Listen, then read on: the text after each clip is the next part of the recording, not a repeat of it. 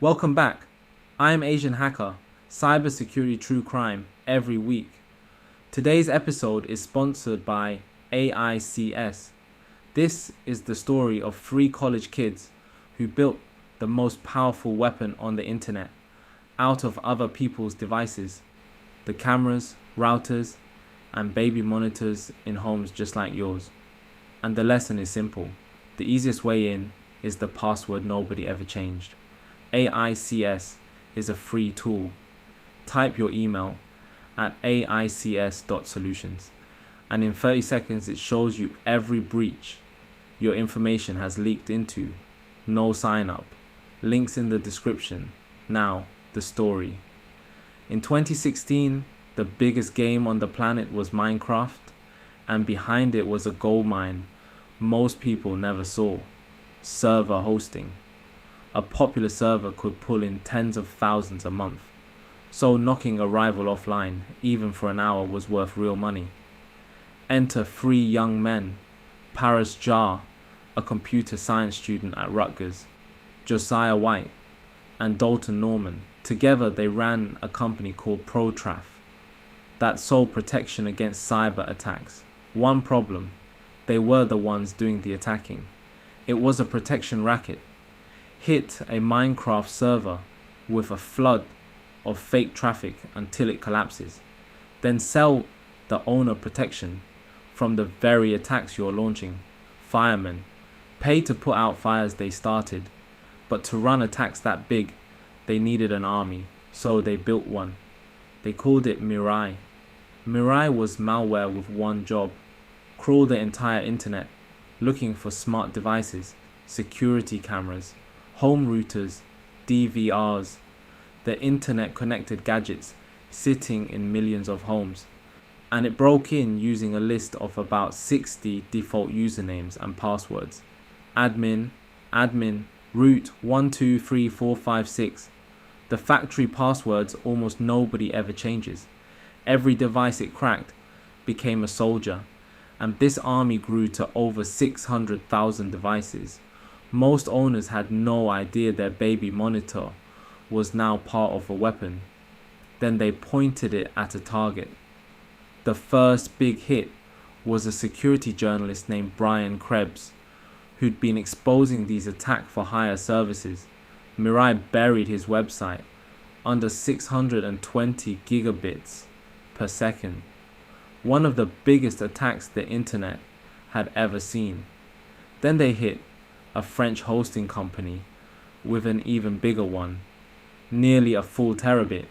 Records didn't just break, they shattered, and that's when the kids got scared.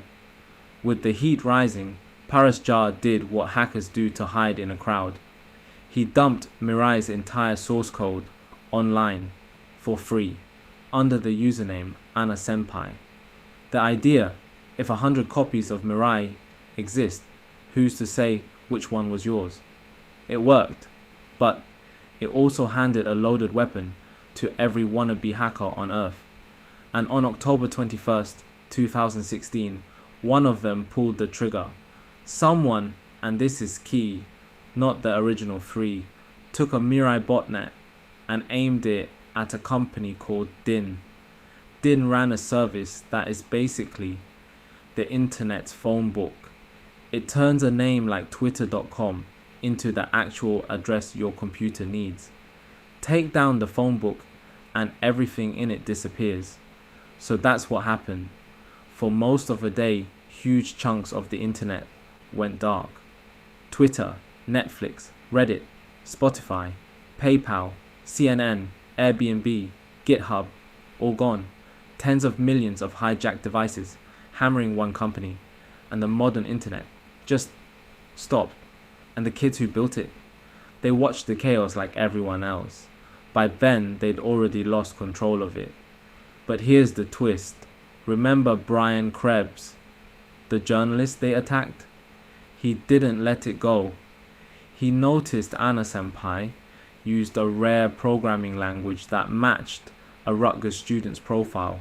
He traced old usernames, an anime watch list, even the name Mirai itself, taken from a Japanese cartoon. Every single thread led back to one person, Paris Jar. The kid who tried to vanish into the crowd got unmasked by the one man he never should have attacked. In December 2017, all three pleaded guilty, and the ending, nobody went to prison.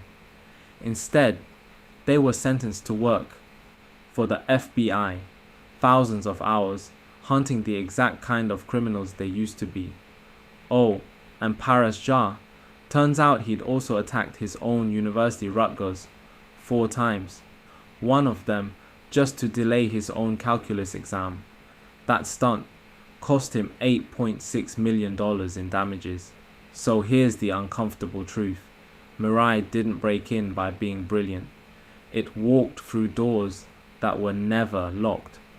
Default passwords, reused logins, the same kind of exposed information probably sitting in a breached database with your name on it right now. The right first move? Find out what's already out there about you.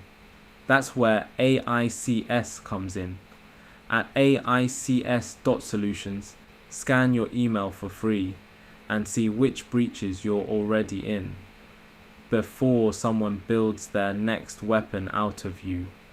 Links in the description.